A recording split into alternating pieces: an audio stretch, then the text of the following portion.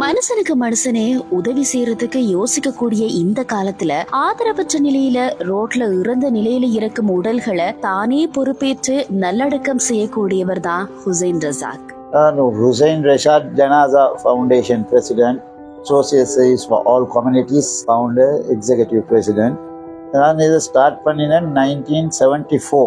ஜனாசா சர்வீஸ் தான் முதல்ல ஸ்டார்ட் பண்ணினேன். கொரோனா காலத்துல ஹுசைன் ரசாக் ஹுசைன் போல்ட் அப்படின்ற பேர்ல அதிகமாக பேசப்பட்டவர். இப்ப எனக்கு 70 years ஆகுது. நான் பெருசாவினா இந்த மாதிரி வேலைகள் செய்யணும்னு எனக்கு ஒரு ஆசை ஒன்று வந்துச்சு. அப்போ என்னோட அப்பாவும் இதே மாதிரி வேலை சறுக்கி வேலை மிச்சம் செஞ்சாங்க அந்த காலத்துல. இனி அதை பார்த்து தான் நான் இந்த மாதிரி வேலை செய்ய ஸ்டார்ட் பண்ணேன்.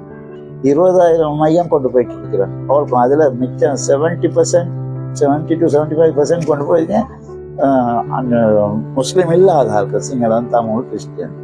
பிரசிடென்ட் எக்வேசரன் நான் வேலை பார்க்குறேன். நாங்கள் ஸ்கூல் புக்ஸ், அதாவது நாங்கள் ஸ்கூல் புக்ஸ் கொடுக்குறோம், ஸ்கூல் பேக் கொடுக்குறோம்.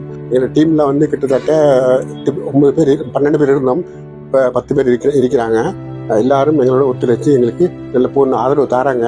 இறந்த உடல்களை நல்லடக்கம் செய்யறதுக்காக இவர் பயன்படுத்தக்கூடிய இந்த வேனுக்கு பெரிய ஒரு ஹிஸ்டரியை இவர் சொல்றாரு. ஜப்பான்ல 8 வருஷம் இருந்தேன். ஸ்ரீலங்காவுக்கு வரப்போகுள்ள அந்த ஃபாகோ வேன் அது இப்போ 92 எடுத்து இப்போ 32 வருஷமா நான் பாவிக்கிறேன். இப்போ 32 வருஷம் அதுலேயும் ஆயிரக்கணக்கு மையம் அடிச்சிருக்கிறேன். இப்போ அந்த வேனை எனக்கு மாத்திரத்துக்கு புரியவில்லை. எத்தனையோ பேர் ஆம்புலன்ஸ் ஆஃபர் பண்ணினாங்க, நான் எடுக்கல.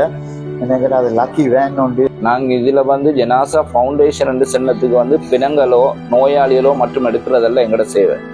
நாங்கள் இல்லாதவங்களுக்கு உதவி செய்கிறோம். நாங்கள் கொரோனா டைம்ல ஒரு பயங்கரமான ஒரு டைம், 3 மாசம் கர்ஃபியூ போட்டாங்க. அப்போ அந்த டைம்ல ஒரு பெட்டி கொடுத்து இப்போ நான் ஒரு 1500 பெட்டி மட்டும் கொடுத்தேன் கொரோனா டைம்ல. இப்ப இன்னமும் அந்த பெட்டி கொடுக்குறேன் இல்லாத ஆட்களுக்கு.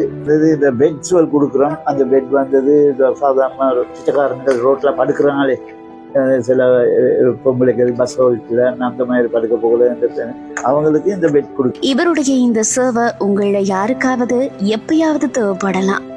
இறந்த உடல்களை அடக்கம் செய்யறது மட்டுமே இல்லாம மனநோயால பாதிக்கப்பட்டு ரோட்ல சுத்தி திரியறவங்களை கண்டுபிடிச்சு உரிய இடத்துல கொண்டு போய் சேர்க்கிறாரு. ரோட்ல யாராச்சும் இறந்து கிடந்தா கூட அதை பார்த்தும் பார்க்காம கடந்து போகக்கூடிய இந்த காலத்துல போற்ற தகுந்த ஒரு மனிதாபிமானமிக்க செயலை இந்த முதியவர் செய்துட்டு இருக்காரு.